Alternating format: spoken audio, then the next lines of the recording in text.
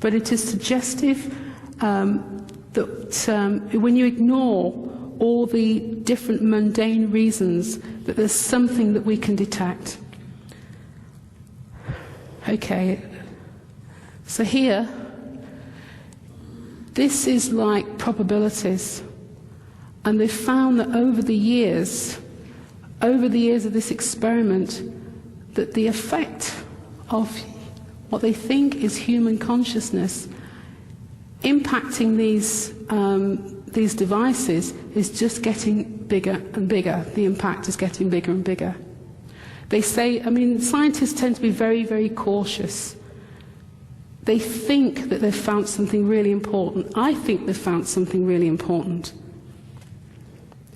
But somehow, they have to be very careful about how they actually word this. They don't want to say, this is absolutely definite. But as the longer the project goes on, and the stronger the kind of correlation that they're getting, it's implying that they've managed to capture some way of the indication of the mass of human consciousness. So there's an article in a new magazine called Edge Science, and at that point they said the bottom line for 10-year experiment is that we can graph a steady accumulation of the differences in the formal data, and basically the odds of this correlation is now 1 in 20 million. And it indicates that there's definitely some kind of correlation going on. It can't just be chance. And I find that this is very interesting. They said it can't be taken as proof of awakening of global consciousness, but it is suggestive that somehow the fact that this is going up and up and up, it's getting strong. This correlation between human consciousness and these machines is getting stronger and stronger and stronger. And I think they've got something here. This is going to be seen in the future as being incredible that they've done this work. And this has been going on in the background since, I think, 1998. It's quite interesting. Okay, now, there has been attempts by people to influence this mind, this global mind around the Earth.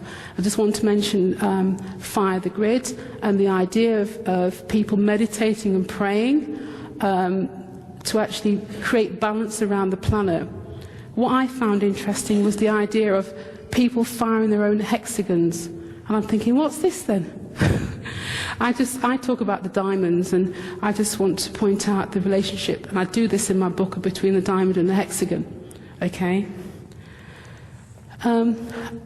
What's odd about this grid is I just don't recognize it at all. The picture, I just don't recognize this at all. I don't know where it comes from.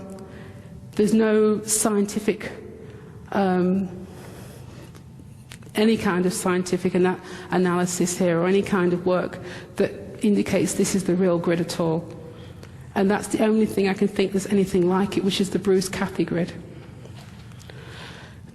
There's also people like Jose Arguelles, who is actually encouraging people to focus on what he calls the rainbow bridge. And he's encouraging people to meditate, to create a more balanced society. And I'm saying this because then you can look up Rainbow Bridge and find out more about this information, what these people are doing. Now, I'm going to do something that's a bit shocking now. I don't think this is serious, personally. I think that's not come out very well here. I feel that the most amazing programming that's gone on recently is the film Avatar. Have I pronounced that right? Avatar? I feel that millions of people were shown a paradise. And to me, we were given the choice, are we interested in a paradise? People were shown a planet that was, in fact, the whole story is a moon on it. But people were shown a paradise. And people were given a choice, are you interested in having paradise on Earth? The reaction to that film is absolutely incredible. I'm sorry that it's not very good, it's a little bit dark. But I feel we're starting to see a paradise appearing on Earth in very small amounts. This is a lake in Australia, and it seems to have a very high level of microorganisms. It's a bit odd. And what I want to do here is to explain that I actually had my own experience of a world of light. I was going through a very difficult time. I was very, very low, and I had this experience of seeing another world. And I just thought at the time, okay, maybe they're trying to cheer me up because things are really bad. I just felt, you know, it was like it didn't go on for a long time, but I saw this sort of like, it was like a Amazon rainforest type thing, but the whole thing lit up with light. It was infused with light, and I saw like these orbs raining down. But the point is really, at the time I just thought it's another world. If you want to read a description, the closest thing I've seen in the literature is in Autobiography of a Yogi. And Paramahansa, how you pronounce it, Paramahansa? Yogananda. He describes a light world. And his description is very similar to what I saw. I just thought it was another planet. But you know what? How do we know that's not going to be Earth in 500 or 1,000 years? And recently we've had such strange things. We have a professor in Norway, Professor Erling Strand, who's been investigating the light phenomena there for over 25 years, who now says we could be looking at another life form. He's even prepared to say that. He's explained that we have this energy raining down as orbs. There's many manifestations, but one of them is the raining down of this energy as orbs. Everything I saw in my, whatever it was, my experience, we are already seeing in bits and pieces on this planet. I'm sorry that the picture's so dark, but if you go to the Daily Mail and just type in Blue Lake, maybe that might come up, where the pictures are incredible of this lake with these organisms that are bioluminescence. You type in Lake Australia bioluminescence, and they don't understand why it's just so full of light. But we're seeing a taste of this already on the planet. The other thing that's starting to get a bit strange is the fact that scientists, the pharmaceutical industry, are complaining that the placebo effect is getting stronger on the planet. And the funny thing about it is when you see the analysts talking, they are literally frothing at the mouth with anger that humans are healing themselves with sugar pills just by their beliefs that it will do them good. They're even doing experiments now where they tell people, this is a useless sugar pill. Take it, and people are getting better. That's even worse, that's even more upsetting for them. When humans, the idea with the experiments and with the placebo is that you literally do an experiment, you say, well, this is a tablet. You don't tell them if it's placebo or if it's the real drug. And then you just work out what the difference is, that the drug is effective.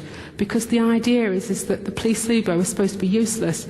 But that's not true. The placebo used to have an effect of like 30% of the healing. They could measure that by people being given a sugar pill by somebody in authority that they believed in, that people would just get better. And so the drug had to be substantially better than the placebo. However, in the last 30 years, some scientists, and we're talking Harvard scientists now, we're not just talking ordinary scientists, we're talking the top-level scientists, are now saying they believe they've detected that the placebo effect has doubled in 30 years. And it's causing a real problem because a lot of the old drugs cannot beat placebo anymore. And it's almost like, I personally feel, this is my opinion, that the pharmaceutical industry have been taking advantage of spiritual laws, and the rules are changing. They've built a multi-billion-dollar industry on spiritual laws about the power of intent and belief. Okay, people believe if they take this drug, it will do them some good. They believe that, and it's been merged in with the sort of the chemistry and that kind of work that they've done. But the belief thing is now taking over from the chemistry thing. So they don't even want to admit it. When they say that the placebo is doubled in 30 years, do they really mean it's now 60% of the healing is just pure placebo? Whatever, it's like a massive shock to the pharmaceutical industry. And they're actually now joining forces, actually pooling their data to understand what the placebo is. I personally think it's incredible. We are seeing incredible things, but it's like being able to understand how this connects with the changes on the planet. I just want to point out to people, if you're into healing or healing energies, if you've not come across this book, I think this is taking the whole healing issue to another level of understanding. To me, this book points out all the issues with healing and what's going on. It's not necessarily good, but I think it's a step forward, identifying issues. So it's good in that way. But basically, this is a sociologist who he's been healing people on the side, and he started doing experiments with mice. This book is incredible because he's been doing, I think he's done about 6 or 7 different types of experiments where they basically injected the mice with a cancer-forming agent. And the idea is generally, the mice normally die about day 20. If the mice dies in day 27, the mice has done really well, but they're guaranteed to die. And he's been doing experiments where he's been putting his hands and healing mice. He's a healer, no question about it. Then he started teaching skeptics how to do it. And this is where it gets really interesting. He was picking his students, he was picking other professors. This is all going on in Canada. In New York. It was actually New York. Sorry, I got that wrong. And he was teaching skeptics how to heal, which is fine. And he got a very high success rate. The issue was they had control mice that were also getting healed. They had terrible problems because the way that the experiment was set up was that the healers were being told to put their hands on the cages with the mice and then have these control mice that were on site somewhere on the university campus. But they were getting healed too. So they were having to do stupid things like inject the mice and put the mice in another city because those mice were getting healed too. And they also had problems with the healers in that once their mice, they could see that their mice were getting healed because they were basically 1 hour a day, every day they were healing these mice. They'd go looking for the other ones, the control mice, to see if they're okay. Just by going to visit the control mice, they were getting healed too. It completely broke the protocols of the experiment. And basically, he had a very, I think it was like 86.7. It was a very high level of healing of the normal mice. There was a few mice that died because they had bad lungs and other things like that. And a few, over like 4 or 5 experiments, he did have some failure.